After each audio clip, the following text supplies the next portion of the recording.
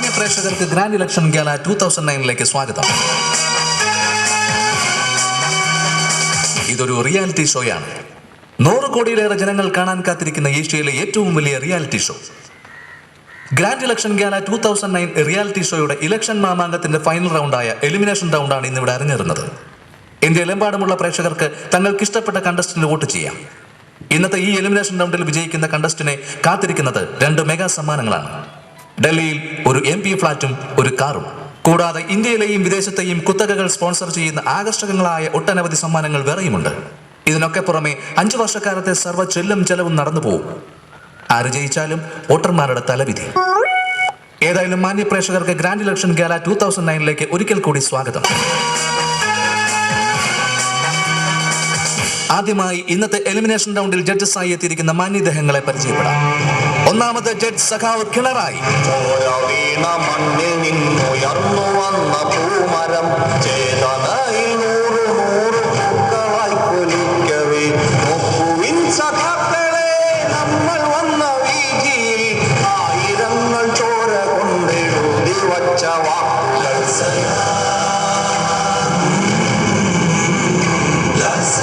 സ്വന്തം പാർട്ടിയിൽ വരെ എതിരാളികളെ വെട്ടിനിർത്തിയും സംഘടന പിടിച്ചടക്കിയും മുന്നണിയിലെ ഘടകകക്ഷികളെ ഒതുക്കിയും ജൈത്രയാത്ര തുടരുന്ന സഖാവ് കിണറായിയെ ആഹ്ലാദപൂർവ്വം ഗ്രാൻഡ് ഇലക്ഷൻ ഗാല 2009 റിയാലിറ്റി ഷോയിലേക്ക് സ്വാഗതം ചെയ്യുന്നു.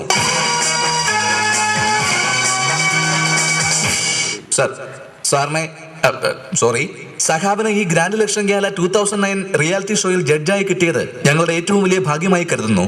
ഈ എലിമിനേഷൻ റൗണ്ടിൽ ജഡ്ജായി വരുമ്പോൾ സഖാബിന് സംഗീതത്തെ കുറിച്ച് എന്ത് തോന്നുന്നു?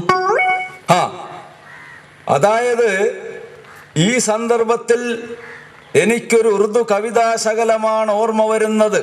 ഈ സംഗീതം എന്ന് വെച്ചാൽ അതൊരു മഹാസാഗരമാണ്.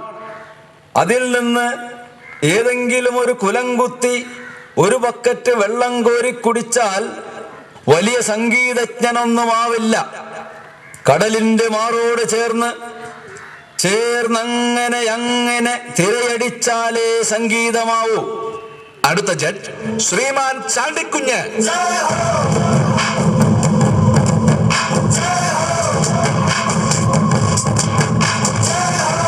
അന്തോണി പുണ്യാളന്റെ വിശ്വാസി, അച്ചുവിന്റെ അപ്പൻ, ഹൈക്കമാൻഡിന്റെ പ്രിയങ്കരൻ, മാഡത്തിന്റെ വിശ്വസ്തൻ ശ്രീമാൻ ചാണ്ടിക്കുഞ്ഞിനെ സന്തോഷപൂർവ്വം ഗ്രാൻഡ് ഇലക്ഷൻ ഗാല 2009 സ്വാഗതം ചെയ്യുന്നു.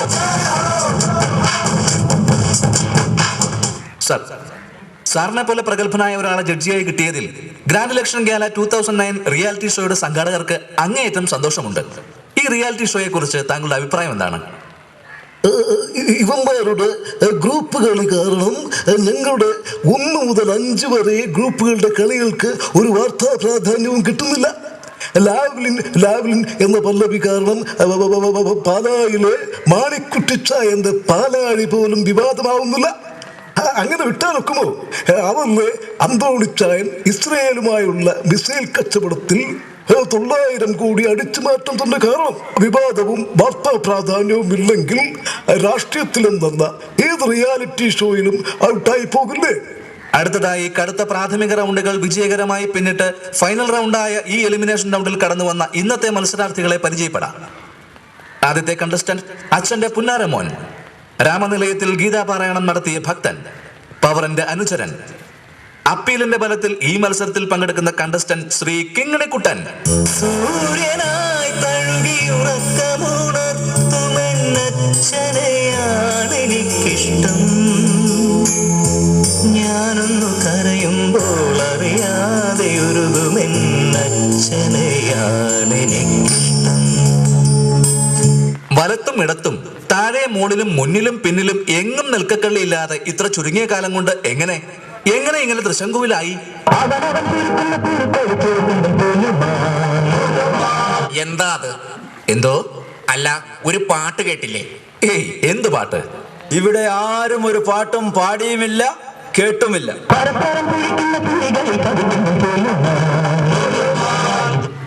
എന്തോ ഒരു പാട്ട് കേട്ടു. സത്യമായിട്ടും എൻ്റെ അച്ഛനാണ്, അച്ഛൻ്റെ ഗുരുവായൂരപ്പനാണ് സത്യം. ഞാനൊരു പാട്ട് കേട്ടു. ഇവിടെ ആരും ഒരു പാട്ടും കേട്ടില്ല, ഒന്നും കേട്ടില്ല. ഇല്ലാത്ത ഓരോ കാര്യം പറഞ്ഞ് ചുമ്മാ വിഷയം മാറ്റ. ചുമ്മാ പറയാ.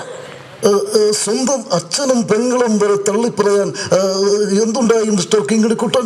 എന്തു പറയാനാ, സുഹൃതക്ഷയം. ഇനിയിപ്പോ പവാറിന്റെ പവറില് 3-ാം മുന്നണിയോ 4-ാം മുന്നണിയോ ക്ലച്ച് പിടിച്ചാല് ഡൽഹിയിൽ ഒരു പിടി, അത്രേ വിചാരിച്ചുള്ളൂ. അടുത്ത കണ്ടസ്റ്റന്റ് UN-ന്റെ അനന്തവിഹായസിൽ നിന്ന് നൂല് പൊട്ടിയ ഒരു പട്ടം പോലെ എത്തും പിടിയും കിട്ടാതെ അനന്തപുരിയിൽ പറന്നിറങ്ങിയ മുൻ UN underground secretary Shashi Kalur. Twinkle, twinkle, little star, how I wonder what you are.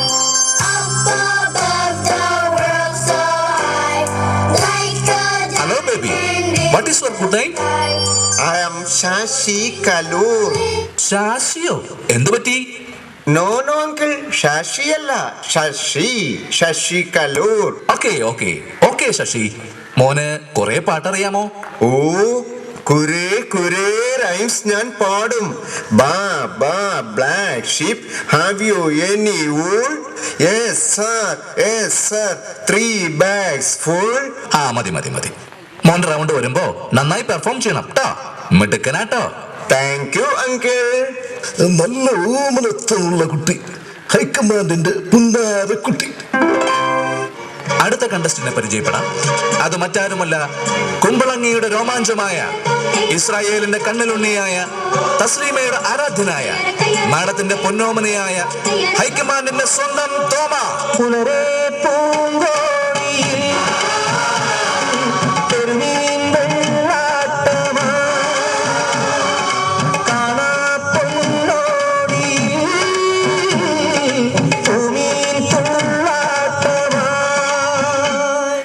താങ്കൾ ഇവിടെ എത്തിയത് തികച്ചും അപ്രതീക്ഷിതമായാണ്. അതേക്കുറിച്ച് ഇപ്പോഴെന്ത് തോന്നുന്നു? ഒന്നും പറയണ്ട, ഒരു കണക്കിനാണ് ഇവിടെ എത്തിയത്. 10-12 ദിവസം ഡൽഹി പോയി പെടാപ്പാട് കിടന്ന്. ഞങ്ങൾ കുമ്പളേക്കാർ വിരുന്ന് പോകുമ്പോ മീനാണ് കൊണ്ടുപോണത്. പണ്ട് ലീഡർക്ക് കുറച്ച് തിരുത കൊണ്ടുപോയി കൊടുത്ത കാര്യം നടത്തിയിരുന്നത്. ഇപ്പൊ തിമീങ്കലം കൊടുത്താലും ഒന്നും നടക്കൂല.